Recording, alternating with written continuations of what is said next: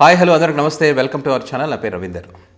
So ఇన్స్టాగ్రామ్లో ఇప్పుడు ఏపీలో జరుగుతున్నటువంటి రాజకీయ పరిణామాలకు సంబంధించి రెగ్యులర్గా అంటే తన ధర్మం వైపే నిలబడతాను, నిజాన్ని మాట్లాడతాను. ఇటు వైసీపీ కానీ, టీడీపీ కానీ, జనసేన కానీ, బీజేపీ కానీ ఎవరు తప్పు చేసినా కూడా ఇన్స్టాగ్రామ్ వేదికగా నేను క్వశ్చన్ చేస్తానని చెప్పి రెగ్యులర్గా తనకున్నటువంటి సమాచారాన్ని, నిజాన్ని ప్రజలకు చెప్పేటువంటి ప్రయత్నం చేసేటువంటి వ్యక్తి వెంకటేష్. సో నేను వెంకటేష్ వీడియోలు రెగ్యులర్గా ఫాలో అవుతుంటాను. సో ఇప్పుడు జరుగుతున్నటువంటి వీటికి సంబంధించి తనతో మాట్లాడి తన దగ్గర ఉన్న నిజాలు ఏంటి అనేది తెలుసుకోవాలనే ఉద్దేశంతోనే ఈరోజు మన ఛానల్కి పిలవడం జరిగింది. సో మరి వీటికి సంబంధించి మనం వెంకటేష్తో మాట్లాడి తన దగ్గర ఉన్నటువంటి ఇన్ఫర్మేషన్ ఏంటి అనేది తెలుసుకునే ప్రయత్నం చేద్దాం. హాయ్ వెంకటేష్. నమస్కారం అండి. సో కూటమి అధికారులకు వస్తే వైజాగ్ స్టీల్ ప్లాంట్ ప్రైవేటీకరణ చేయకుండా ఆపుతామని చెప్పి పవన్ కళ్యాణ్ గారు ఎలక్షన్స్ ముందు అనేక సందర్భాల్లో చెప్పారు.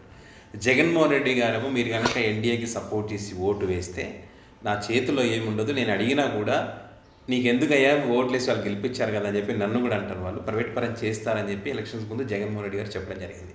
సో ఇప్పుడు చూస్తేనేమో వైజాగ్ స్టీల్ ప్లాంట్ అనేటువంటిది ప్రైవేట్ పరం అవుతున్నటువంటి పరిస్థితి ఉంది.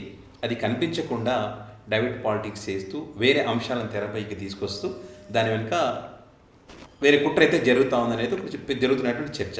సో దీని గురించి మీ దగ్గర ఉన్న సమాచారం ఏంటి? అసలు నా దగ్గర ఉన్న సమాచారం ఏంటంటే, ఇప్పుడు వైజాగ్ స్టీల్ ప్లాంట్ గతంలో చంద్రబాబు నాయుడు గారు మాట్లాడారు, మేము అది లేకపోతే మనకు ఇన్వెస్ట్మెంట్స్ ఉండవు, ఏముండవు అని చెప్పేసి మాట్లాడారు. నెక్స్ట్ ఈ లడ్డు కాంట్రవర్సీ దాని మీదకి తెర మీదకి తెచ్చారని చెప్పేసి 100% చెప్పుకోవచ్చు. ఓకే, లడ్డూది. ఎందుకంటే మళ్ళీ ఇది అబద్ధం అంటున్నారు. మీరు మళ్ళీ పోలీసులు మన మీద ఫేక్ న్యూస్ అని చెప్పేసి రాసి వాళ్ళు అఫెన్సివ్ అని చెప్పేసి పెడతారండి. ఓకే, అసలు నాది కూడా పెట్టారు. పెట్టి నేను సమాధానం ఇచ్చాను, సార్ నేను చెప్పిన పాయింట్స్లో ఫేక్ ఏముంది అది తీసి మీరు చెప్పండి. మీరు చెప్తే మాకు ఓకే, అది నేను ఫేక్ న్యూస్ మీరు రెక్టిఫై చేసుకోవడానికి మేము రెడీగా ఉన్నాం. మీరు అదేం లేకుండా ఉట్టి ఫేక్ న్యూస్ అని రాస్తే సరిపోదు. ఇప్పుడు మన వైజాగ్ స్టీల్ ప్లాంట్ గురించి మాట్లాడుతుంటే ఫేక్ న్యూస్ ప్రొడ్యూస్ చేస్తున్నారు అని చెప్పేసి అనుకుంటారు. జనజాగరణ సమితి వైజాగ్ స్టీల్ ప్లాంట్ దగ్గర A1 చంద్రబాబు నాయుడు విశాఖ ఉక్కు కర్మాగారాన్ని అమ్మేస్తున్న A1 Chandrababu Naidu, A2 Purandeswari, A3 Pawan Kalyan గారు అని చెప్పేసి అక్కడ పెట్టడం జరిగింది జనజాగరణ సమితి వైజాగ్ స్టీల్ ప్లాంట్ దగ్గర.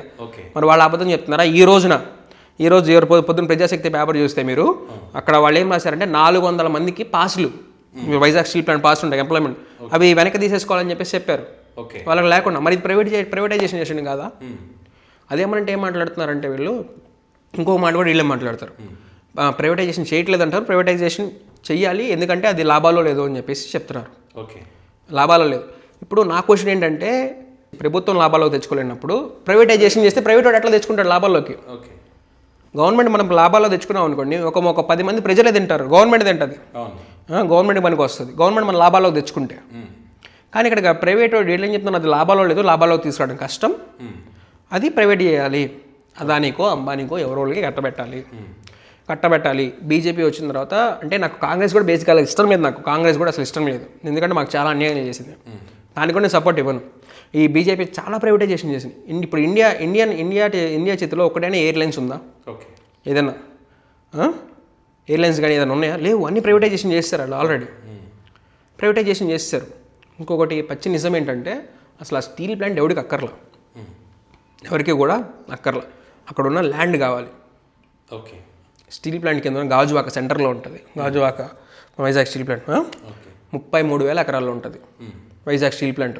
ఒక్కొక్క ఎకరం ఇప్పుడు దాకా ఎవరైనా చెప్పారు లేదు, ఒక్కొక్క ఎకరం అక్కడ వైజాగ్లో 50 నుంచి 70 కోట్లు, తక్కువ 50 నుంచి 70 కోట్లు ఉంటుంది. 33,000 ఎకరాలు ఇంటూ 50 కోట్లు వేసుకోండి, 70 కోట్లు కూడా వద్దు, 15 లక్షల కోట్లు. అర్థమవుతుందా? ఆయన 8 లక్షల కోట్లు అని చెప్తున్నారు, కానీ వాస్తవానికి దానికి 15 లక్షల కోట్లు. వీటి 4 లక్షల కోట్లుకో 5 లక్షల కోట్లుకో ప్రైవేటైజేషన్ చేస్తారు. 10 లక్షల కోట్లు మిగిలిన వాళ్ళు మింగుతారు. ఇది ఇంకా వాళ్ళే చూసుకోవాలి. ఇంకా ఇలా చేస్తే మరి వాళ్ళ 4,000 మందికి ఎందుకు తీసేశారు చెప్పమనండి? 4,000 మందికి ఈ డైవర్ట్ చేసేసి మనుషులందరూ నడిపెట్టారు. అందరూ కూడా మీడియాలు అన్నీ కూడా అదే ఫోకస్ చేస్తున్నాయి. ఇంకా చెప్పాలంటే ఇప్పుడు తగ్గిపోయింది కొంచెం మ్యాటర్, ఇప్పుడు లైన్లోకి వస్తున్నారు. మనుషులందరినీ అడ్డుపెట్టి కేఏ పాల్ గారు అసలు నిజమైన నాయకుడు ఆయన చెప్పుకోవాలంటే, దాని గురించి అరే వైజాగ్ స్టీల్ ప్లాంట్ చేస్తున్నారు అని చెప్పేసి ఆయన ఒక్కడే దాని మీద ఉన్నాడు. కేఏ పాల్ గారు ఆడ వైసీపీ వాళ్ళు కూడా అంత లేరు. వీళ్ళు కూడా వాళ్ళ డైవర్షన్లో పార్ట్ అయిపోయారు. వాళ్ళు ఆడిస్తున్న ఆటలో వీళ్ళు తోలుబొమ్మలు అయిపోయారు. వీళ్ళు తోలుబొమ్మలు అయిపోయి వీళ్ళు అక్కడే సఫర్ అయిపోతున్నారు. బయటికి రాలేక కేఏ పాల్ కూడా వచ్చి వైజాగ్ స్టీల్ ప్లాంటింగ్ చేస్తున్నారా పట్టించుకుంటారా అని మాట్లాడుతున్నాడు ఆయన. ఎంత అన్యాయం అది అసలు. చూసుకో, వైజాగ్ స్టీల్ ప్లాంట్ ఒకటే కాదు, చాలా ఇష్యూస్ జరిగినాయి ఆంధ్రప్రదేశ్లో. అన్నిటినీ కూడా డైవర్ట్ చేయడానికి 100 రోజుల పరిపాలనలో ఎంత దారుణం సార్. ముచ్చుమల్లి నంద్యాల అమ్మాయి బాడీ ఇంకా దొరకలేదు, 3 నెలలు అయింది. ఎంత దారుణం. ఒక బాడీని ఎత్తికి తీసుకొచ్చేవలేపారంటే లేదు అసలు. అమ్మాయి దారుణం లేదు. ఇంకొకటి రేప్స్ కేసెస్ ఇంకా జరిగినాయి, మర్డర్లు జరిగినాయి. గుడ్లవల్లేరు ఇంజనీరింగ్ కాలేజ్ అమ్మాయిలది 300 అమ్మాయిలు వీడియోలు లీక్ అయినాయి అంటే నారా లోకేష్ గారు ఏం మాట్లాడుతున్నారు? వీడియోలు దొరికినాయి, వచ్చి ప్రూఫ్ ఉందా అని చెప్పేసి మాట్లాడుతున్నారు. ప్రూఫ్లు మేము ఎట్లా ఇస్తాం? మాకు అర్థం కాదు. అమ్మాయిలు అంతమంది చెప్తున్నారు జరిగిందని చెప్పేసి వాళ్ళు పిచ్చిపడి చెప్తున్నారా? మాకు అర్థం కాదు.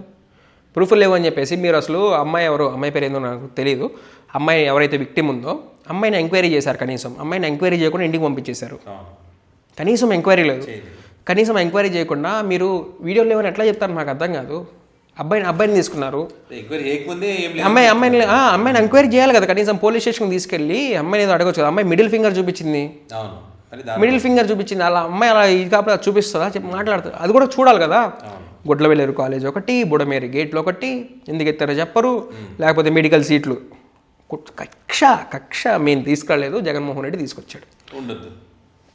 అసలు ఎంత వాళ్ళ 50 మంది స్టూడెంట్స్ జీవితాలు ఒక 50 మంది బాగుపడేవాడు కదా. ఎంబీబీఎస్ వాళ్ళు వచ్చాడు, రేపు వాడు ఎవరికన్నా ఫ్రీగా ట్రీట్మెంట్ చేసేవాడు. జగన్మోహన్ రెడ్డి ఒక కండిషన్ కూడా పెట్టాడు. 1 ఇయర్ వాళ్ళు మెడికల్ కాలేజీలో గవర్నమెంట్ మెడికల్ కాలేజీల్లో గవర్నమెంట్ హాస్పిటల్స్లో సర్వీస్ చేసి వెళ్ళాలి. కేవలం అదొకటి. నెక్స్ట్ కడపలో పెట్టాల్సిన ఎంఎస్ఎంఈ ఒకటి ప్లాంట్ కూడా అమరావతికి తీసుకొస్తున్నారు. అది ఇప్పుడు అమరావతికి కొత్తగా న్యూగా ఇన్వెస్ట్మెంట్ తీసుకొచ్చారని చెప్తారు. వీళ్ళు అక్కడ పెట్టాల్సింది ఇక్కడ తీసుకొస్తున్నారు. అది కడపలోకి వీళ్ళకి అర్థం కావట్లా. కడపలో మళ్ళీ వాళ్ళు ఇచ్చిన 2 సీట్లు వాళ్ళకి కూడా చెప్పుకోవచ్చు. వైజాగ్ వాళ్ళకే చెప్పుకోవచ్చు స్టీల్ ప్లాంట్లో, ఒరే మీకు రాజధాని చేసి నేను కాపాడుతాను, నేను అండగా రాజధాని చేస్తానప్పుడు దాన్ని ఎవడు కదిలిస్తాడు? ఎవరు కదిలిస్తారు? వాళ్ళకి చెప్పుకోవచ్చు. వాళ్ళు అసలు జగన్మోహన్ రెడ్డి వాళ్ళకి సపోర్ట్ ఇవ్వరు. నిలబడతానడానికి సపోర్ట్ ఇవ్వరు. అబద్ధాలు చెప్పే వాళ్ళకి మాత్రం అసలు ప్రైవేటైజేషన్ చేస్తా అన్నది ఎవరు? అప్పుడు బీజేపీ వాళ్ళు. వాళ్ళకే సపోర్ట్ ఇచ్చారు. మీరు వాళ్ళే గెలిపించారు. ఇప్పుడు అనుభవించాల్సిందే. స్టీల్ ప్లాంట్ వాళ్ళ విషయంలో మనం కూడా బాధపడాల్సింది ఏం లేదు. ఎందుకంటే వాళ్ళు ఓట్లు వేసుకున్నారు కాబట్టి. అక్కడ ఉన్న వాళ్ళు ఎక్కువ మంది వాళ్ళే ఉంటారు ఎంప్లాయీస్. కనీసం వాళ్ళే ఒప్పుకున్నట్టే అనుకోవాలి. ఇంకా మనం బాధపడాల్సింది ఒకవేళ ఉంటే వాళ్ళే వచ్చి దానాలు చేసుకోవాలి. చెప్పాడు కదా, గెలిపిస్తే ఒప్పుకున్నట్టే. వాళ్ళ కర్మ వాళ్ళు అనుభవించాల్సిందే. అది ప్రైవేట్ ఆపలేమంటే మనం వెళ్ళి వాళ్ళే ఓట్లు వేసుకున్నారు కదా. వాళ్ళు బయటకు వచ్చేసి తప్పు అయిపోయింది, కొంచెం మా దగ్గర నిలబడండి అంటే నిలబడతారు. అంత పెద్ద క్యాపిటల్ చేస్తా అన్నప్పుడు మీ దగ్గర మాట లేదు. అసలు వైజాగ్ని క్యాపిటల్ చేస్తే ఎలా ఉంటుందో ఊహించుకోండి. అదే అంటే సముద్రం వచ్చింది కొట్టుకుపోయింది, చెన్నై కొట్టుకుపోయిందా, ముంబై కొట్టుకుపోయిందా, ఏం కొట్టుకుపోయినా నీకు అర్థం కాదు. Mumbai economic capital of India ఇప్పుడు. అంత స్ట్రాంగ్గా నిలబడింది. అంతకుముందు ఏదో బ్రిటిష్ వాళ్ళ దగ్గర నుంచి కూడా వైజాగ్కి ఎక్కువ వచ్చేవాళ్ళు. అసలు ఈ అమరావతిలో ఏమీ లేవు. ఇక్కడ స్టార్ట్ చేస్తూ ఉంటారు. ఈ 5 ఏళ్ళు కూడా ఈ డైవర్షన్ ఉండాలి. ఈ 5 ఏళ్ళు కూడా ఇప్పుడు అదే 5 ఏళ్ళ తర్వాత వేసి ఉన్నారు అనుకోండి ఎలిగేషన్. 5 ఏళ్ళ తర్వాత ఎవడు నమ్మడు. అదే ఇప్పుడు నాటి ఉంచామనుకోండి జగన్మోహన్ రెడ్డి మీద ఒక నెగిటివ్ ఇంపాక్ట్ ఉండిపోయింది.